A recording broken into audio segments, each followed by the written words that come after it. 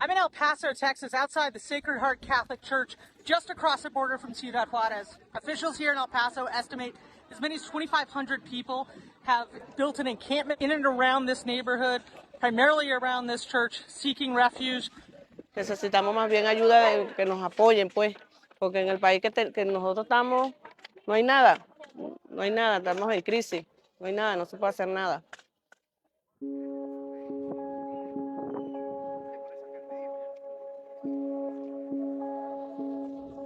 The migrant population has surged in advance of the end of Title 42, the public health law that has allowed the Trump administration and now the Biden administration to quickly expel many migrants who have crossed the border illegally before they can ask for protections in the U.S.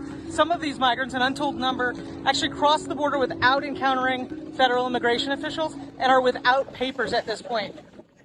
I am declaring a state of emergency in our community. And the reason why we're declaring a state of emergency is to make sure that we can stand up and be prepared for May 11th, May 12th to have public shelter and public housing. Rumors are rampant across the border in Ciudad Juarez, according to local officials here, that if you can make it to the U.S. by the 11th, you'll be fine. That's not accurate.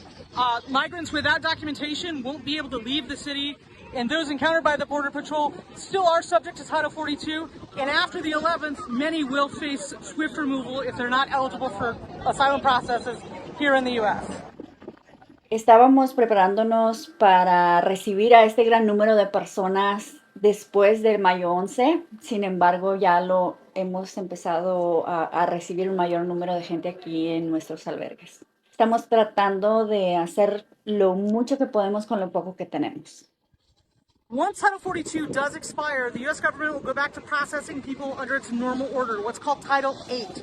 With that comes swift removal for those who don't qualify for asylum, and the possibility of bans on returning to the United States for up to 5 years, and criminal charges, a felony, if folks do come back. This latest surge of migrants here in the city of El Paso mirrors one experienced in December, the last time Title 42 was set to expire. The difference now, local officials tell me, is there's more people. We figure that it's anywhere between 10 to 12,000 people that are ready to come on May 11th, May 12th. We do know that there's additional coming right behind them. Right now, in the background across the city of El Paso, officials are building out shelter capacity. They're preparing a pair of decommissioned schools to eventually house several hundred, if not more, migrants expected in the area in the coming days.